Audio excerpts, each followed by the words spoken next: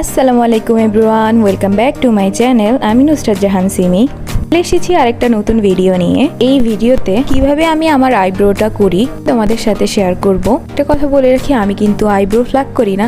তো আমার এই পাতলা আইব্রোটাকে কিভাবে একটা ড্রামাটিক লুক দেই সেটাই আজকে তোমাদের সাথে শেয়ার করব।